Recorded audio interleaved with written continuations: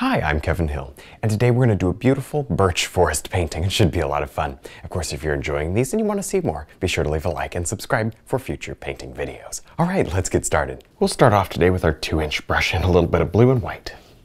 And of course, as you can see, I've got my sketch, which is a little bit more complicated than normal, just because I wanted to make sure I got the trees kind of where I wanted them. I ended up, good thing I did, because I had one tree in the background. See that guy? That one was behind that tree, and then I moved it over here, and I thought, well, let's move it over here. So I'll probably end up getting rid of that one. So that's why you sketch with your filbert brush and keep it very dry. And now I put a little clear gel and white over the sky area. Now I've got my blue, and away we go. It's a lot of stuff to cover there in the beginning, but a little bit of prep work in the beginning can save you quite a bit of time later on. And let that stop right about there, because we're going to do clouds. One shade, of course, darker in the corner. Now I went ahead and blocked in some of the light areas of the cloud, and of course I put just the quick dark. Now I'm going to come back here and pop some of these clouds out, and this is really where things get exciting. So grab a slightly darker gray than what I've got going already. And let's see if we can come in here and, like, watch this. Watch this, this is cool. So you come in here and you just scrub like that, maybe a little more blue. And what this is gonna do is kind of give those clouds a little bit of a base so that, you know, this looks kind of foggy and misty. In fact, we may even put more white down there. And then this looks like it's in front. Of course, your clouds, as they go up, should get bigger. Isn't that cool? I don't know, I like that. So I thought I'd point that out, kind of show you how I got there. And of course, if you need more help with clouds, we've got a nice techniques DVD that shows you a bunch of different clouds and kind of helps you through that. Now I've changed my soft blender brush, and I'm going to start right here at the top, because I want this to be just a little bit more controlled, a little bit softer maybe, just because I know what's going on with the rest of the landscape. At least I've got an idea. And I think that it'll just benefit from a slightly softer sky. However, I do still want it to be very dramatic, like you see that it is. So I'm just knocking off some of the harder edges while still leaving it nice and bright. We can always accent this with the detail round later, but I would say hold off for that until you get some of the landscape done. Then make a choice.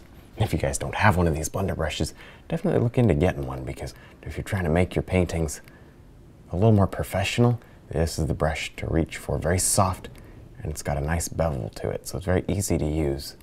It just feathers that paint right out. You just give it a nice light touch, and you can still see texture in there. It looks like a nice oil painting, which is, of course, what we're painting with today, oils. Probably should have mentioned that, since we've been bouncing back and forth between acrylics and oils.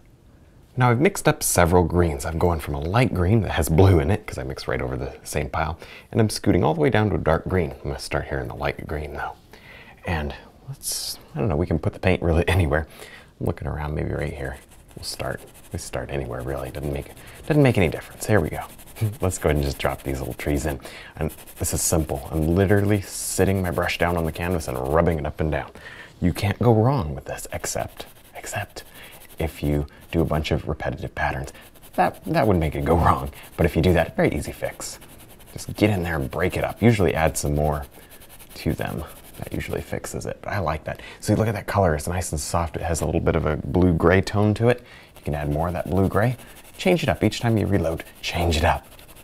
I'm just looking up there at that sky. Look at this sky. It looks like it's forming. You can almost see the clouds like rolling over on themselves. This is the coolest thing. I like that. That was fun. That was not intentional so much. I mean, it kind of was after I started, but I didn't plan the day saying, I'm going to do that much. The clouds were supposed to be more simple, but hey, it just shows. If your plans kind of change and if things start working, keep adding to it and let it get better and better. You don't have to say, I gotta go wipe that out because it doesn't look like, you know, the way I planned it. If it looks good, leave it. And that's kind of what I did with that. It started to look kind of like it was moving that way. And so I just kept doing that, and I started adding to it that way. And just changed the painting, and I like it better. Now I'm gonna do something that I almost never do. I am going to connect my background to my foreground with mist. What I'm doing is I'm leaving little bits of negative space. So over here it shows you even better. And it almost looks like land starting to develop. So it's not just another tapped tree line, you know, or smudged tree line right over my background one. It creates a little depth, but better than that, it creates variation, and it starts to link us you know, between the foreground and background areas. I guess it's the background and midground, but the midground and foreground are just basically connected anyways, you know. So if you got that much, then you're good. So I'm going to try to do this. We'll see how it goes. We can always change it, but I just wanted to try it. There, this is the day for trying stuff. What do you think? Maybe right here, just you can do bushes and stuff too. You don't have to just stick. In fact, I wouldn't stick with just evergreens. We're getting a little too close to the foreground. So maybe I'll roll my brush like this to feather in maybe a little line of bushes or something. But leave that mist in and around. So it looks like there's still a little fog settling in here. This is kind of a wet, stormy day. Almost looks like it's raining back there, doesn't it? Nice. Now, as you can see, we've already plopped in a little bit of dark up here. Just some sap, actually mostly just sap green. Little bits of other, I don't know, random paint mixed in, but I'm not much of a, you know, right out of the tube sort of guy. I like to mix things up almost every single time. Just didn't have to do it this time. I don't know, sap green just looked good to me, so there you go. Of course, all of our paints are available on the website if you need them. They're really nice. They're good, high quality, and they work well. Now, let me see right here. When you get a little brighter, let me show you my palette again here. Got all sorts of these little orange colors going. I leave areas that are blank. Those can be filled in a little brighter. And honestly, a lot of this probably will have to be wiped with a paper towel. And I'm good with that. I just want to get this color established. There. In fact, maybe I'll show you because it's kind of fun to show you different things. And I'm going to show you that process. There we go. Okay. Is that messy enough for you? Now, I'm going to take a paper towel, crumple it in my hand. You see all these little bits here that are going to cause us problems? Just wipe them away. And look, the color, the value remains, all that good stuff. Just the only caution I would say is don't overuse your paper towel or it'll leave itself in your painting there. Brush hairs are okay, that's acceptable, but I don't want paper towel shavings in my painting. So change your paper towel before it does that. This one's just now starting to do it, so I'll stop using it. There, I've just spent the last 2 minutes kind of texturizing the grass, actually with the 3/4 brush, which is an interesting choice, isn't it? I just think that it'll give me a different look for at least kind of, I don't know, this isn't the underpainting necessarily. That's what we did with the paper towel. I don't know what you would call this. Maybe a rough second coat. I don't know. We're gonna have to come back and paint over this. That's for sure. We don't want to leave that the way it is.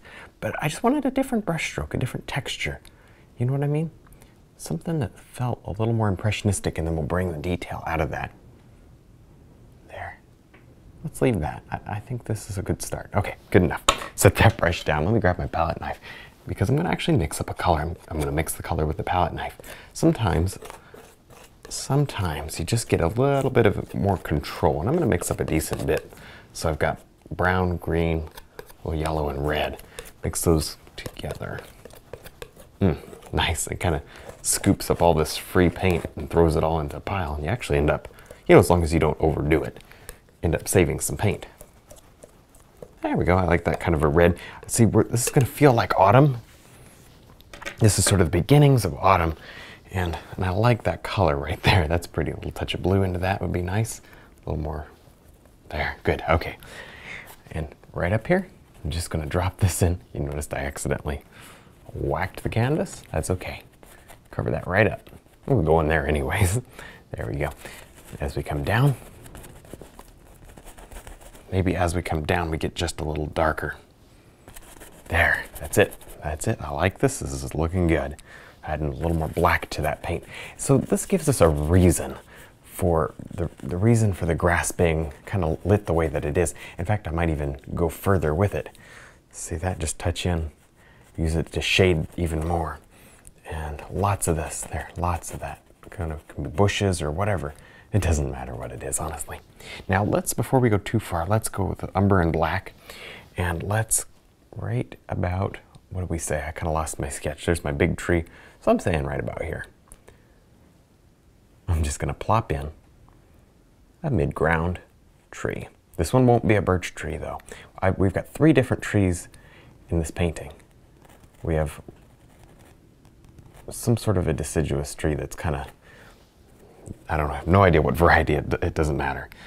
And that one, we're going to kind of keep with the gold tones, maybe a little more in the reds and stuff like that, and the rusts. And then we'll go with bright, vivid yellows and oranges for our birch trees, which we haven't even tackled yet. It's a kind of a painting about birch trees, with them kind of as the subject of the forest. And we haven't even painted a birch tree yet. We don't have one in. That's okay, though. There. We may or may not choose to stick a small house, kind of tuck a small house back in there. That's on my mind. We may or may not do that. Now with some green and black, a little touch of blue is okay too. On the filbert brush, I'm thinking right here. Let's go ahead and just drop in a tree. We're coming forward here into the foreground areas, which is good. I think that trail stopped somewhere kind of right in this area. And there's many, many, many different ways to paint an evergreen. Lots of them are really, really good. Today I'm just choosing to kind of touch in with my filbert and whoosh around, because the evergreen is just, let's face it, it's just not the feature. This is all background stuff. Wait till we get the birch trees in. There. You can tap a little on the outside edge to get some sharper leaves, needles, whatever, you know what I mean. There. There. Let's make it a little bigger though. I like the idea of it. Let's make it a little bigger. This is good. You see, I don't even know what that is. I just slammed it in really quick. I think that was even with the 1-inch brush, and that's why it looks so fuzzy. It's just background material in case some of that shows through, which it very well may.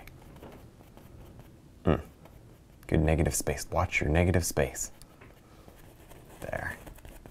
Now I've mixed up a nice purple gray color and I'm pulling it right through, I'm pulling the filbert brush right through the paint. Not pulling the paint through anything, that would be a little hard. Okay, so, oh boy, here we go. The reason I mixed up the color the way I did, kind of that gray purple, is because, watch this, I'm anticipating it mixing, and of course you start at the top and you work down. Not so much because that's the right way to, oh, look at that, I lifted my paintbrush off and I get green.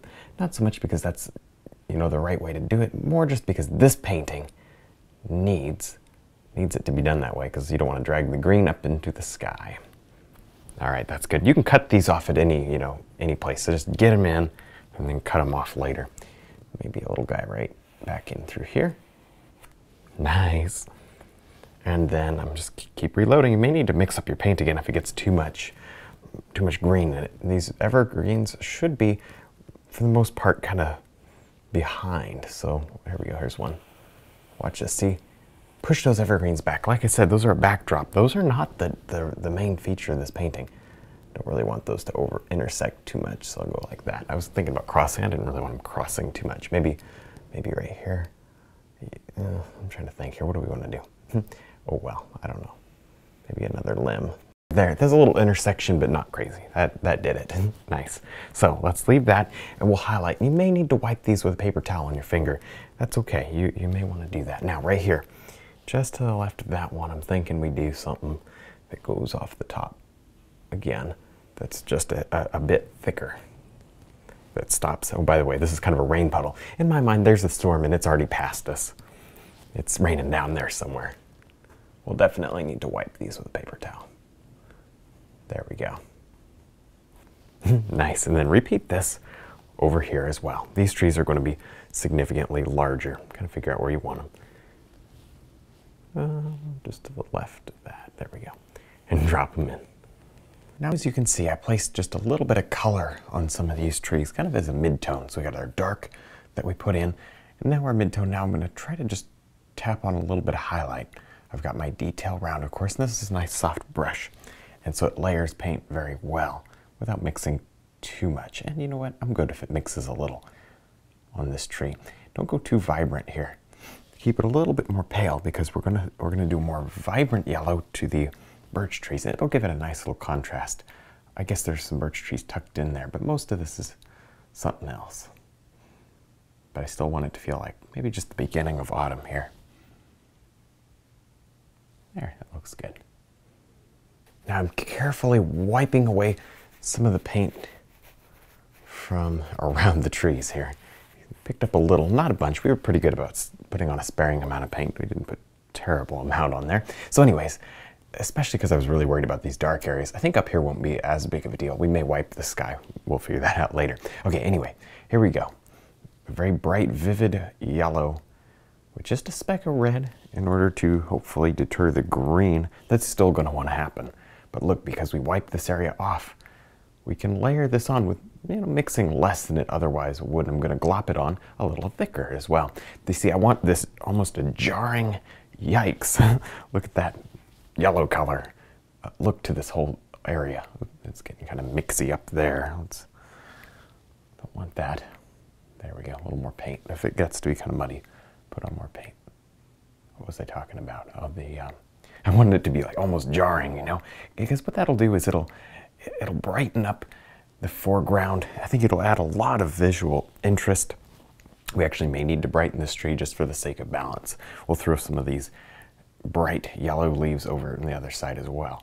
Actually, holding this brush upside down works well because you can glop it on a little thicker. That looks good to me. Look at that. There's virtually no white in this mix at all. Because I want it to be vivid. And white will make your colors more pastel. There we go. And just wipe as you go. If there's spots that need help, wipe them off. Don't worry about it. Don't get frustrated. And then we'll come back, highlight the same way. It won't need a lot of highlight. And call it good. Now I'm going to put on just a little more highlight here. Actually, the only highlight here to the right-hand side. I did this already on the left. So you see I just repeated what I did on the left, on the right with the darker tones. And now I'm coming back with a lot of paint. Like I scooped this paint. Look how thick it is on that brush. There's more paint than brush there, it seems. And it's the only way you're going to get it to stick over this much paint without completely destroying the background, which you could do, wipe it totally off and you still have tones, but you wouldn't have, like, say that tree. I couldn't wipe that. I wiped it a little, you can wipe it a little, but not, the more you wipe it, the fuzzier it gets. So I guess that's all I'm trying to say. Don't wipe it too much. Instead, just glop it on. This is oil paint. You may as well put texture in your oil paint. That's what one of the exciting bits about oil paint. You can put texture in, so just go for it. It's totally fine. Okay, let's just jump right back up here. This one's going to be more sparse. Oh, and this one over here is extremely sparse. We'll put limbs on it, but very sparse. So I'm going to do a sparse one over here as well. Some are more full than others. The reason? I like my sky. That's the reason. I don't want to cover it up, so I'm saving the good parts of the sky. Kind of cover up the parts that don't matter as much. Let's go ahead and work on these birch trees, at least the highlight on them. You see, I put a little more color down. We originally just blocked them in with gray. That was fine, but I wanted to add a little more color to the base tone, so I did. It's pretty simple. You want to do something, get up here and just do it. And don't worry about it. Certainly trust yourself to do stuff like this. You think, well, it probably does need a little more color. You throw it in. Don't think you're locked in just because you didn't put it in earlier. Yeah, there we go. See, I'm drifting just a couple of these little limbs right over all this mess. It mixes a little. So what? It just creates variation, doesn't it? Look at that. Not bad. Not bad at all. And on this side, right here. Right over all that mess. Good. They can plug into the tree wherever. Don't just have them plugging in on the sides. Now, something that could be kind of interesting here. Actually, something that we have to do. I'm gonna change that. Something that we have to do is put in a nice dark base, because these trees do have like black areas on their bark. So we got to do that on here, right at the base. And if you're not totally sure, how birch trees look, you should look at a couple photos of them, and get a feel for what the real thing looks like. And then go paint something that looks correct. That way, you kind of have a roadmap. You don't want to just jump out here and say, well, I hope this looks like a birch tree. You could actually be, further off than you would think. So look at your pictures. I know it'll help you out. Watch this a little bit there. Pull down. See, this is very birch tree-like. Don't just throw it in at random. Well, okay, it's a little random. But don't just throw them everywhere. Kind of have a purpose, Space them nicely. I'm just saying, put some thought into it, which I'm sure you do anyway. You probably put more thought into it than I do, but that's okay. I'll just finish up doing these over and over again until all of the birch trees are complete. Now, another detail that's really useful to have, especially on this close-up one, is a nice blue line right down the left-hand side. This is a reflected light, and we can do this because this is being lit by blue sky, this back. So right here's the sun, and here's where it's being lit by the blue sky. Very pretty. And although there are clouds, remember that storm is long past, so there is blue sky above. There we go, this is fun. Love doing detail work like this, because it really brings your painting to the next level. It really does. I warmed up all these trees before doing this. They just were cold. Remember, we dropped them in with that gray. They were just very cold, so I'm warming them up. And there we go, it's just pretty. I'm enjoying this. Then we'll put our little black dots in, just like we did over there. Pretty fun. Now all we have to do really is highlight our landscape area. The trees are done, and you see I added a couple bushes and just started putting some more color here, but now I'm highlighting our path, which is definitely on the list of things to do. Nice, keep it broken. There's not a lot of paint down here, so it's actually fairly easy to get a nice highlight. So that's a bonus. You can wipe this area down if you need to. Actually more, remember we did wipe it down already. So there you go. That's really pretty. Okay, stop right there because I'm going to make it darker as we go that way, but let's also get a little more light. Actually, let me throw some white into that. Let's get some light out here. Yes, right there. Stick it on. That's good. And this is kind of how we're going to go around finishing up our landscape. And here's how you know how bright to make it. When it feels like it fits with the rest of these trees here that we made really bright, then you know you're done. There's an easy trick for you. Nice. And down here, a little shot of light maybe sneaking through some of this. There.